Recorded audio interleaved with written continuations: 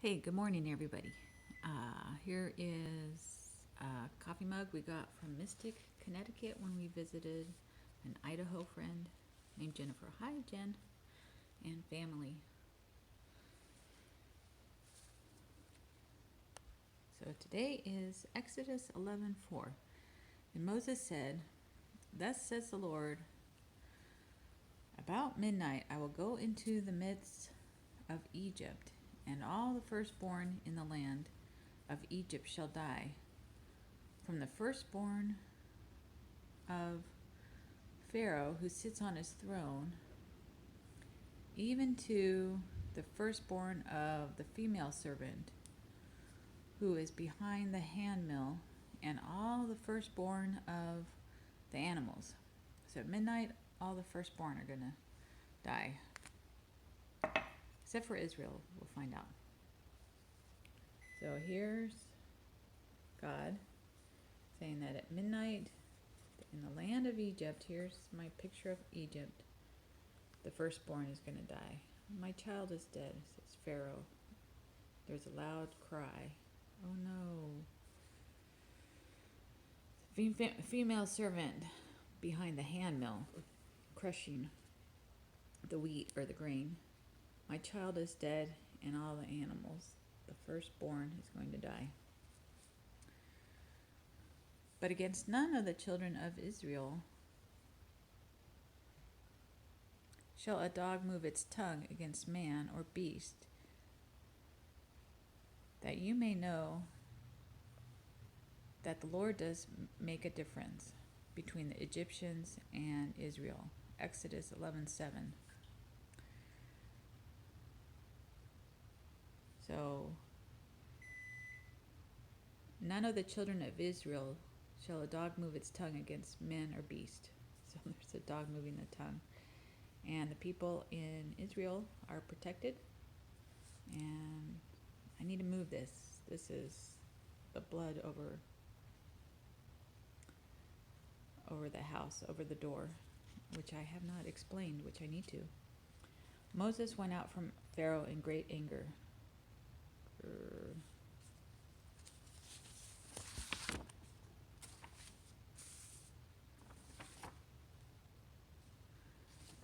Exodus 11:9. But the Lord said to Moses, hello. But the Lord said to Moses, "Pharaoh will not heed you, so that my wonders may be multiplied in the land of Egypt." Pharaoh says, "I can't hear you. This is all God's will." Pharaoh's ears are closed. But in the land of Egypt, God's wonders will multiply.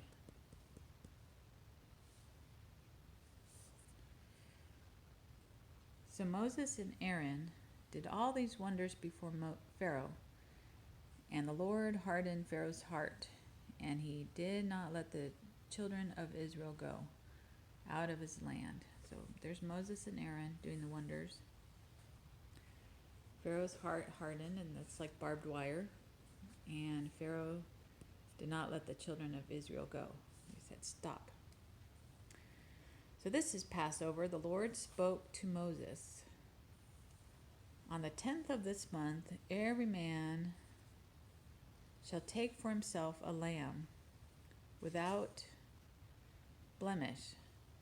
Then they shall eat it that night, roasted in fire with herbs and unleavened bread. Thus you shall eat it, with a belt on your waist, your sandals on your feet, and your staff in your hand. So you shall eat in haste. It is the Lord's Passover.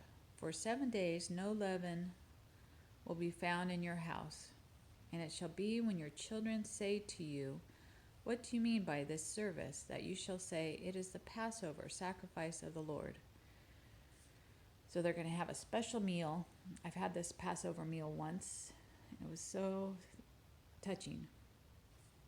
On the 10th day of the month, you're going to take a lamb and sacrifice it, and eat unleavened bread on the 14th day and bitter herbs.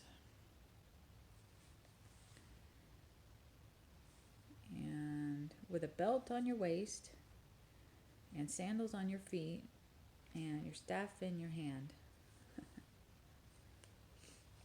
On the 21st day, you'll eat unleavened bread for 7 days as a reminder you had to leave quickly. So maybe we should do that now. It's April 3rd. Exodus 12:19. I need to write Exodus there. It came to pass at midnight that the Lord...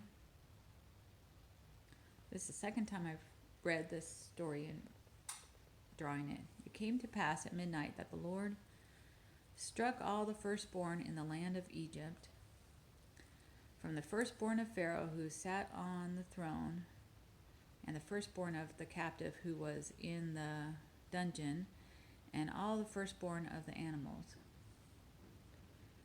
So the firstborn of Pharaoh died, the firstborn of the captive died, the firstborn of the livestock.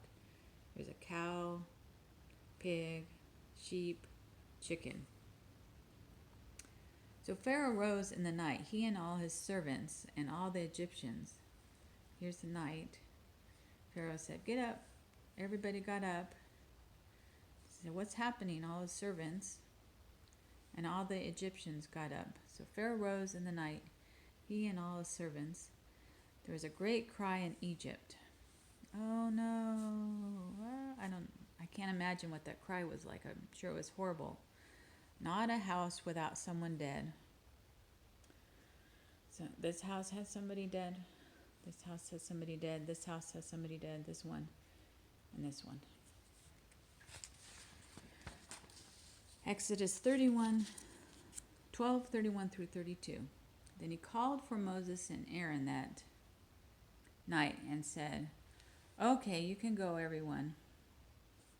Rise up, go out from among the people, serve the Lord, and bless me also." Exodus 12:33. Does he mean it this time? And the Egyptians urged the people that they might send them out of the land in haste, for they said, "We shall be dead. We shall all be dead. So go quickly, or we'll all die," said the Egyptians. "Go, go, go." And the Israelites leave in haste. Okay. Unleavened bread dough. So the people took their dough before it was leavened. Leaven makes it rise, I guess, or yeast. I'm not sure, but I think we say leaven is like sin.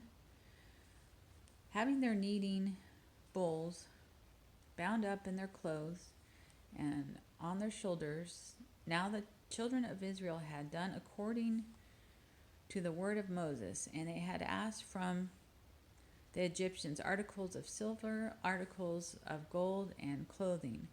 And the Lord had given the people favor in the sight of the Egyptians, so that they granted them what they requested.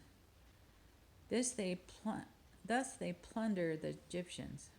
So they took the Egyptians' things, but they asked for it. I guess in that way they plundered it. "Can we have your silver, gold, and clothing?" They had their mixing bowls on their back, their livestock, silver, gold, clothing. And the Egyptians gave it to them. "Fine, just go." And the Israelites plundered the Egyptians. Exodus 13:8. And you shall tell your son in that day, saying, "This is done because of what the Lord did for me when I came up from Egypt." So your son will say, "What is this? Why do we do this?" And we'll say, "As a memorial to remember what God has done for us." So that's a Passover meal. "It shall be as a sign on your hand and as frontlets between your eyes." So a sign on your hand and a frontlet between your eyes. And some people still do signs like that and memories to remember. He did not take away the pillar of cloud. Wait, he didn't take the... Okay, I'll stop right there. I gotta figure this out.